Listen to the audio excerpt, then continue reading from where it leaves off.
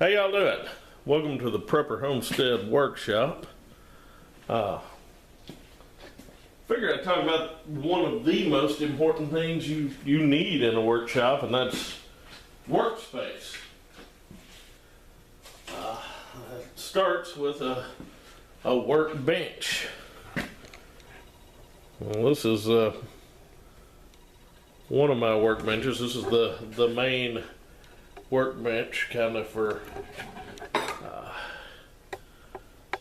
projects from woodworking to working on a toaster to solar or trailer lights or anything like that. This is where that all goes down with. Now my shop is quite a bit larger than this, and I have welding tables and things like but this is my workbench.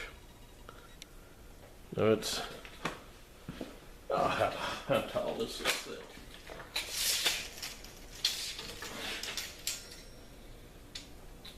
It's right at 34 inches tall, which is about waist tall on me. It's sturdy built. On this side, it has a support and shelves underneath it. I've got 3/4 plywood. It's 2 foot wide and 16 foot long. That's one piece of 3/4 plywood that was ripped, and it has a 2x4 framing underneath it to keep it all solid.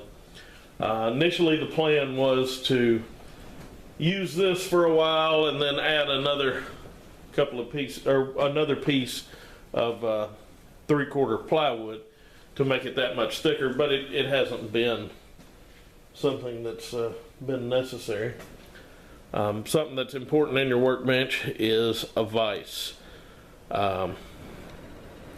This is a vise I've had for probably 10 years, and to be honest, it wasn't much of a vise. It was it's a 4-inch vise. I got it at a box store, and it's been a good vise, and there's still absolutely nothing wrong with it. I did pick up another larger, it's still a 4-inch vise, but it opens a lot wider, American-made vise that I will be giving a little TLC and putting in as my main vise. I'm not going to throw this one out. I'll just move it somewhere else. But I'll do a whole video on vices. But the workbench is the main thing. That gives you the space to work on things. And if you don't have room in your garage or storage building or basement or something to build a little workbench, maybe get a couple of sawhorses and a piece of plywood. That can serve as your workbench.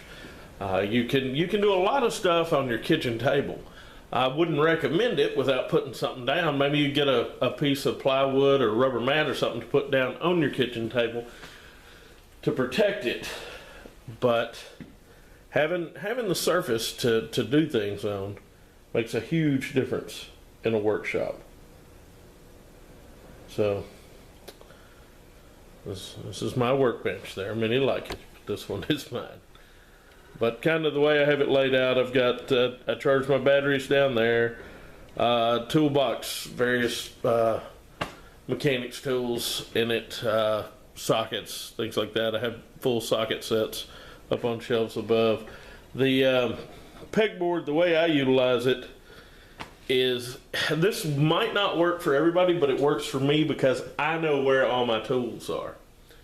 I've got drivers, screwdrivers, Phillips, straight, square, Torx, all that over there.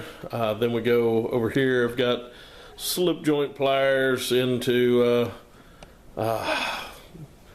wrenches, combination wrenches, ratcheting wrenches, crescent wrenches, pipe wrenches. On the bottom there, of course, you can see various pliers and scissors and snips and things like that. On across here, I've got my squares and measuring measuring stuff, saws, hand tools, woodworking hammers, hammers that are used for various things. I have a full hammer rack on another wall because this is mostly a blacksmith shop, but this is where I handle all the non-blacksmith things. So those are my hammers that are not blacksmith hammers. Also, that is my little tool box bag thing there. I know several people that keep a bunch of different toolboxes. They have like a plumbing box and an electrical box and a box for this and a box for that. I don't like that. I like to have one bag that I can come and take all my tools out of, and then depending on what I'm working on, I can put the tools in. Our little homestead here, if I need to do some fencing, I'll put tools for that in there and take off to where I'm working. If I'm gonna do some carpentry, I'll load it up that way. So that's the way I like to do that. Up top, those are old school woodworking tools. Everything from hand planes and scrapers and bracing bits, and I'll be showing you all that. This terrible area right there is batteries and solar panels and charge controllers, stuff like that, nails. Over here I've got all the penetrating oil and PB blaster and WD-40 rechargeable tools up there, socket sets, specialized tools, stuff like that. So I wouldn't recommend setting your workshop up like this necessarily. Just you have to find a way to set it up that suits you. And the most important thing is when you're done using something, always put it back in the same spot, or at least close to the same spot. And if there's going to be other people, your wife or kids or something, are going to be in and out of the workshop, make sure they understand that they have to put things up. My children, one of their jobs is to help clean the workshop, and they know where to put things up at. So if I ever come in the workshop and a tool isn't where I left it, I know where it should be then. So, but anyway, that's a workbench, and that's the most important part here is the workbench.